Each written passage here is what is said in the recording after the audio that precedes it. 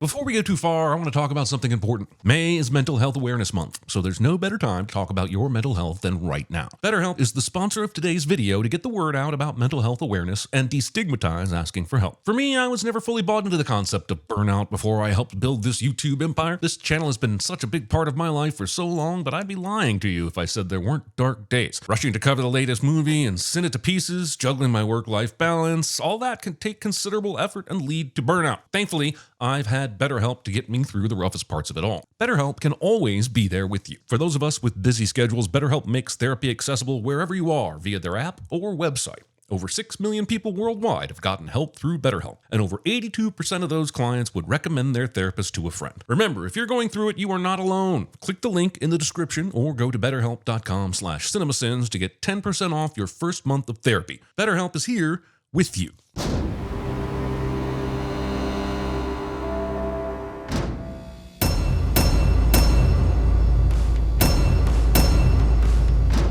I'm sure these searchlights made sense in the largely planeless world of 1933, but in 2026, someone needs to call them out as the light-polluting aviation hazard they truly are. Also, Disney. Sliding your lunch into the fridge with the name facing backwards where no one can see it, like you're just hoping to have your tuna sniped. Also, being the kind of asshole who takes up the entire fridge with their lunch bag. Honestly, this might be one of the most concise villain introductions I've ever seen.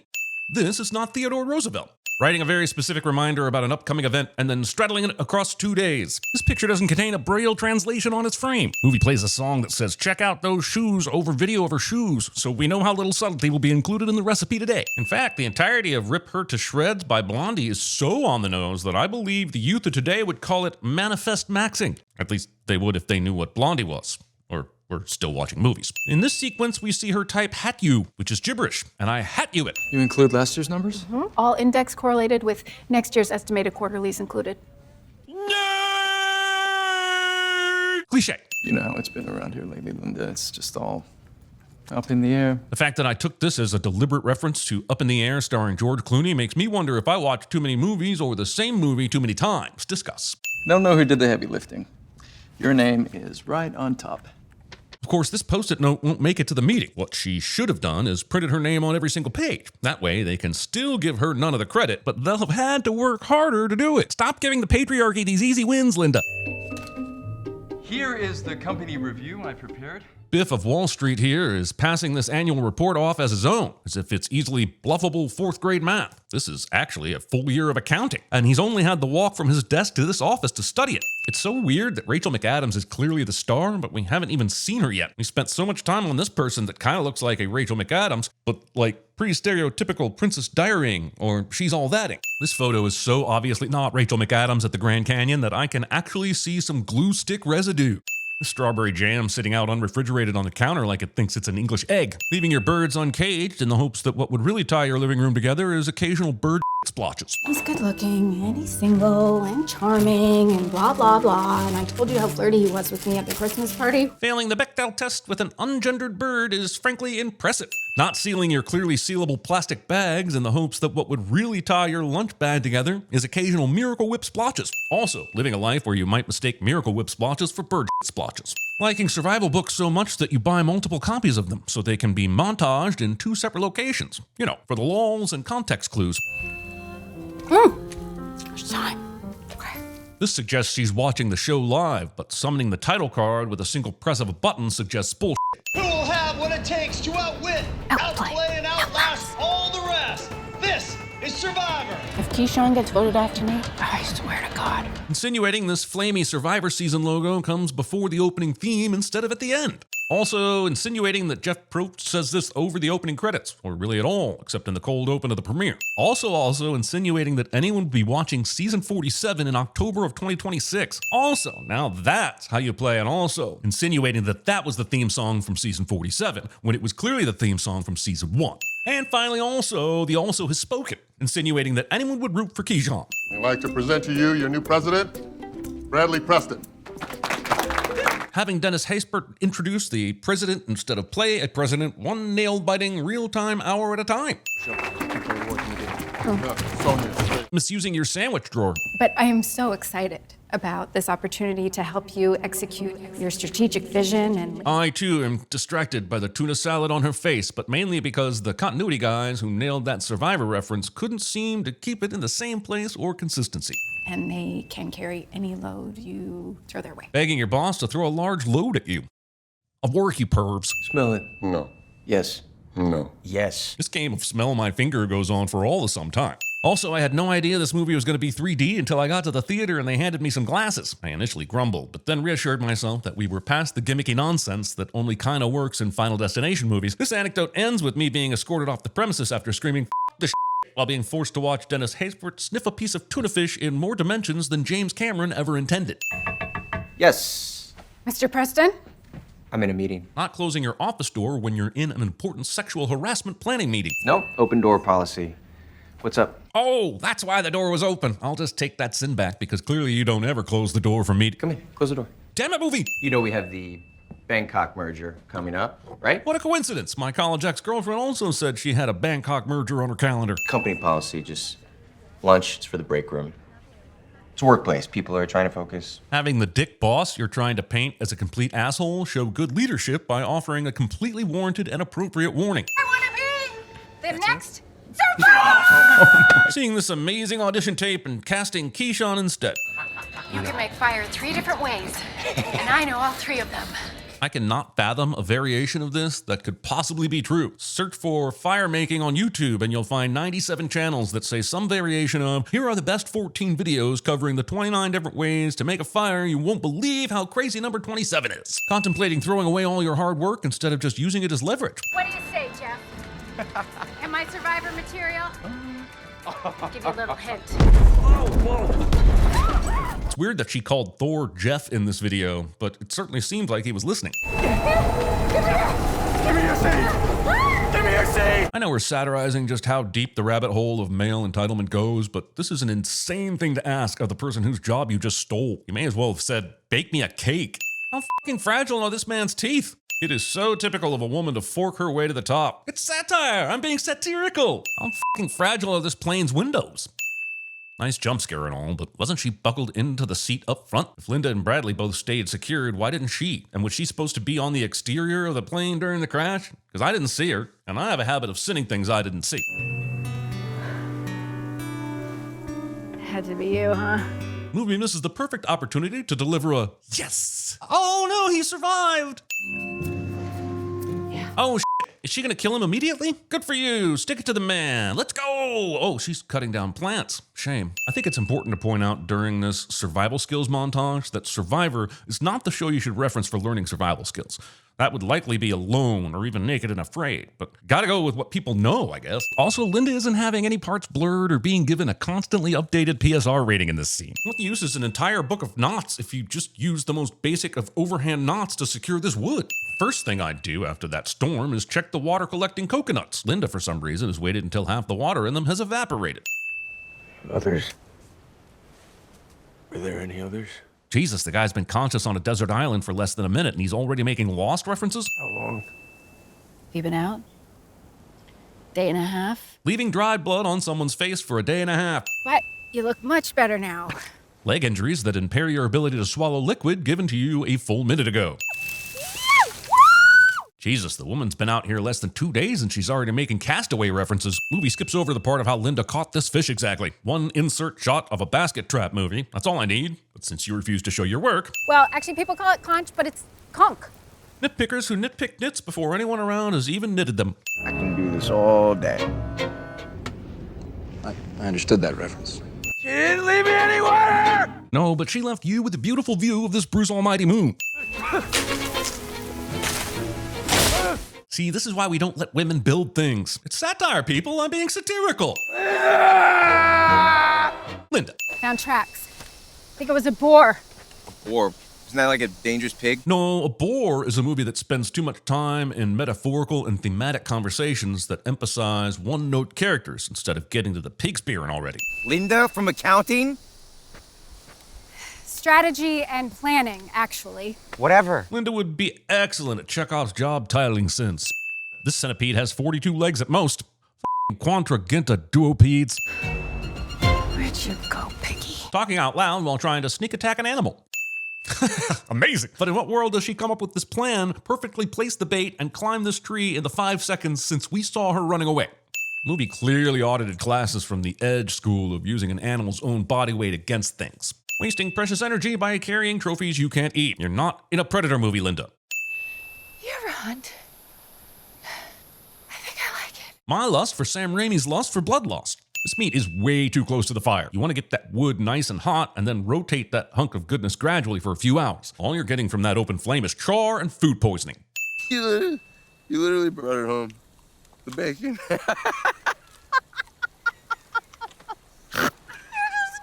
Laughing about terrible pig puns this hard with food in your mouth. The internet has been very slow at canceling this island for forcing a makeover on nerdy Linda. Anyway, you know what the most important thing is for human survival? The #1 thing. Positive attitude. Well, not with that attitude, it isn't. Wait. Linda, no disrespect, but this is the last place on Earth that I'd want to be. Forgetting Ohio exists. Where are you going? Wherever the f I want to go. Making my own camp. Jesus, the guy's been out here less than a week and he's already referencing a billion movies that have done the my side of the beach, your side of the beach thing. And I'll tell you where to send my last check. Second coconut tree on the left. For such a Survivor fan, you sure did miss an obvious opportunity to use the phrase tree mail. The weather forecast being cloudy with a chance of humorous timing. Heppel? Missing the opportunity to name this movie Send Heppel because your marketing team are all cowards. Sam Raimi tortures the audience by making them watch a character do something disgusting for much longer than necessary cliche. Oh, where'd you get the knife? Oh, I found it. Bradley believes this. Also, the audience doesn't, so stop saving things for twists when you're going to make them this obvious, movies. Can I trust you? Questions that do not need to be asked. Where are we going? Surprise. Is the surprise that you're willingly directing him toward the house you found just so you can tell him how there's nothing over there? Because that seems like a surprise you might have kept to yourself. Okay, this spot's tough. She said, a pointless risk that makes no sense to traverse even when you have 2 good legs, strangely. At the same time, the rest of this path is so perfect that I'd be questioning why God didn't just put an escalator to the top of this cliff. But if you really want to know if it's poisonous or not, Giving your foraging advice on a narrow cliff's edge. there's a reaction like that. Also, considering some of the most toxic berries will not cause a skin reaction, let's go with giving your false foraging advice on a narrow cliff's edge. I'm confused. Is the movie saying women need a man's help to get to the top or not? It's satire, people. I'm being satirical. I was married. Skip. Dad was a total stranger. I didn't know him. Couldn't tell you one thing about him. Waiting an hour to do any character building and then giving both characters a tiny bit of backstory that really doesn't have any impact on the story progression in a meaningful way. And yes, I was begging for some nuance in these characters earlier, but it's too late now. It's like texting me happy late birthday the day after. If you were a real friend, you would have texted yesterday, Kevin. At least now we know it's not your fault. It is. Reasons aren't excuses, and direct actions have only one owner. Can't believe I told you that. Neither can I. But what I have more trouble believing is the movie spending 3 full minutes of precious runtime trying to make us care about 2 characters that it will quickly make completely unredeemable. This would have been the perfect time to steal the knife, and yet no knife is stolen until much later. We gotta go! Expert survivalist forgets the foundational rule of not building your shelter too close to the beach for reasons. Buddy, right? Scene does not include William Hurt and Kathleen Turner showing up to show these two how it's done. Yeah, this would be a lot easier if I could use that knife. And this movie would be a lot better if it just stuck to the gonzo War of the Sexes bedlam it was doing there for a while. We all have our burdens to bear, I guess. My goodness, look at that. For starters, we have a mango salsa, accompanied by Marion plums, freshly picked. And for the main course, we have a beautiful whitefish, a smoked barramundi with a wild lemongrass garnish. Where and when and how and why and where and when and how the did he learn to make all this? You okay? A little, dizzy, actually. Poisoning the hand that feeds you.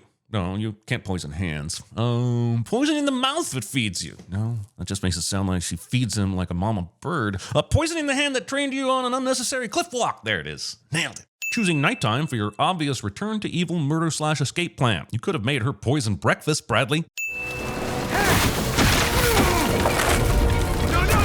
In theory, you should never overestimate how far a privileged male's ego can carry him, but it is insane that he thought this raft, a thing his life will literally depend on, would survive. It didn't make it past 2 waves before coming apart, and this should have been very clear as he was dragging its sketchy ass down the beach. This is the end. He fully deserves this, no question. But vomiting into his mouth is counterproductive to your efforts to save his life. Save his life, then vomit on his face. Has she even watched The Pit? Feeling kind of funny, huh? Can't move? That's the neurotoxins from this blue-ringed octopus. The blue-ringed octopus venom does indeed cause muscle paralysis, right before certain death, and with no antidote known. In fact, a single octopus contains enough venom to kill 26 adults within just a couple of minutes. So you better get moving with that fake castration plan, Kay? Caught it about a week ago. Fuck the neurotoxins. If she caught them a week ago, she's going to kill him with food poison. Now, you did a great job with that raft, I gotta say. He did not. The toxins from the Hepalaclana lunulata aren't gonna kill you. Because they will kill you and 25 other people. And I promise they will wear off. I mean, that is technically correct. The effects will eventually wear off and no longer be an issue for his dead body. No, don't be a baby. You're not gonna miss this stuff. The movie forgets to just go ahead and cast my college girlfriend to save some time. It's okay. Mr. Rat. Thinking it's better to kill a small rat than castrate a bigger one. Did it kill you to give me a little smile? Do you get it? That's a thing that asshole men say to women. But now she's the asshole woman saying it to a man. Do you get it? Linda! It's me! The timing of Zuri turning up exactly while Linda is picking fruit alone is extremely fortunate. Well, not for Zuri, because this movie only has room for one sympathetic female. Even when they called off the search in this area, I never gave up. There was an official search in this area and they missed these two camping on the beach? Who did the official search? The 10 monks from the Zen story where they tried to count how many were in their group, but each of them only counted 9 because they always forgot to count themselves? So, is it just the two of you? This is the part where the protagonist decides to murder 2 completely innocent witnesses so she can continue to hold on to power as the movie moves us more and more close to its central theme of evil assholes win, so be the evil asshole. I bet you can't wait to return to your life. Your job, your family, your friends. Zuri continuing to list all the things Linda doesn't have back home, like some kind of patron saint of putting one's foot in one's mouth. Help us! Linda! Movie cuts away from this moment so it can have its dream fake out later, as if we're supposed to consider that maybe she didn't murder them, but what else are we supposed to think went down? Showing us this shot of Zuri digging through the sand and then cutting immediately to a shot of pure, unspoiled sand in front of her. Way to let continuity spoil your fake dream sequence movie. I bet when Sam Raimi farts, he farts jump scare zombies.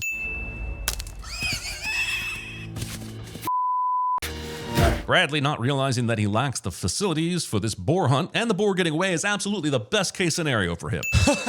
That's the most hilarious and unrealistic way for a body to wash up. I don't know whether it's a salute or sin, though consider this sin a salute. Also, how long has it been since the murder? She buried up to the wrist, and if we're saying Linda buried her, why would she do it so close to the shore and with her arm standing at attention? I'd love to know which episode of Survivor covered that nonsense. Not having the gonads to pull a reverse triangle of sadness and end the movie right now. Where you been? Nowhere? Movie refuses to explore this metaphysical conundrum of an answer any further. Just like your husband's death was an accident. I don't think we're supposed to believe she killed her husband, but the movie will continue to give us reasons to think she's the kind of person who might have. So are we supposed to be spending time wondering about this thing that never comes up again? Where do you want my attention, movie? Biting the shoulder that is trying to kill you instead of the jugular. Nope, nope, nope, nope, nope. Also, nope. Furthermore, no. Also, no. Finally, nope that. And most importantly, no! Also, no. The person escapes being choked out by reaching for a weapon that's just out of reach has been done now. Fully done. You can't be a satirical epic of societal commentary and play the hits, because I said so. Sam Raimi has never met a POV shot running through the forest that he didn't want to cliche. Also, I know the movie needs Bradley to run this way to find the vacation home Linda has been hiding. But as far as he knows, he's running into the poison vines, not a finale. There's a frozen Masson and curry in there that's to die for. Subtlety! You looking for a knife? Removing all the knives and leaving the spoons shows a distinct lack of respect for the Alan Rickman school of spoon-based revenging things. So tell me, Bradley, how does a knife just wash up on shore? Linda would be excellent at things Bradley should have questioned much earlier, Sins. This bottle of water leaves me with some questions. Either she left this here in the CCTV room for unknown reasons, or she managed to get so far ahead of Bradley that she managed to get in here and grab herself a beverage before he even arrived. First thing I did was turn off the security. Guy didn't even notice. And that's all the explanation we will get about the billionaire who didn't have a security team that monitored camera and security notifications for them. Also, what good is a security system that can be turned off by the person invading the home? I get that she peeped the door code, but I assumed that pad just opened the door. I did not assume it dismantled the entire internal security system. None of these security cameras provide a date, which is weird. But what's weirder is that they're both labeled Game Room 3, even though they are in different rooms. I'd put the chances of her being close enough to see the code while not being discovered by the staff somewhere in the neighborhood of a crash landing in the ocean and ending up a stone's throw away from some billionaire's vacation home. It's not like I planned it. I didn't want any of this. Breaking the fourth wall to try and convince the audience of something I'm not sure the movie really wants us to be convinced of, or not. I've changed. Really? I have. I can feel it. Bradley thinking this boy who cried wolf routine is actually going to work for him, when in reality, he's the boy who cried after being unable to make his own shelter, poisoned her to escape on his poorly built raft, and then gouged her eye out in the forest. Not breaking the fourth wall to try and convince the audience of something I'm not sure the movie really wants us to be convinced of, or not. I felt love from you in a way that I've never felt from anyone. I think that is most likely the truth, but it should also not be taken as a compliment. Sorry I stabbed you. Luckily, even though it spurted a bunch of blood at the time, you didn't bleed out despite the constant activity and complete lack of medical attention. Why, you crazy from accounting? Strategy and planning.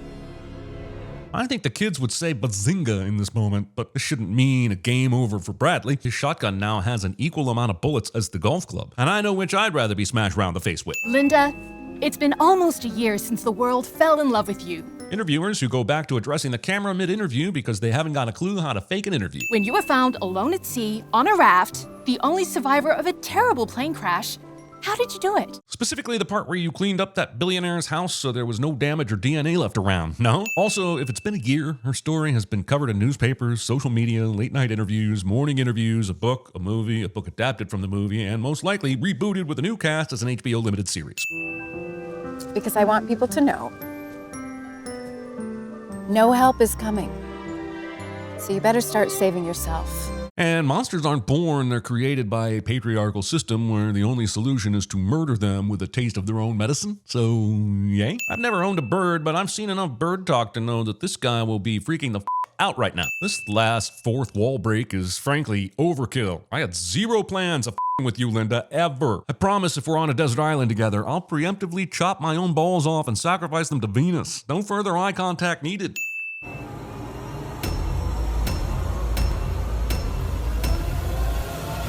Bradley, Travis spoke. Time for you to go.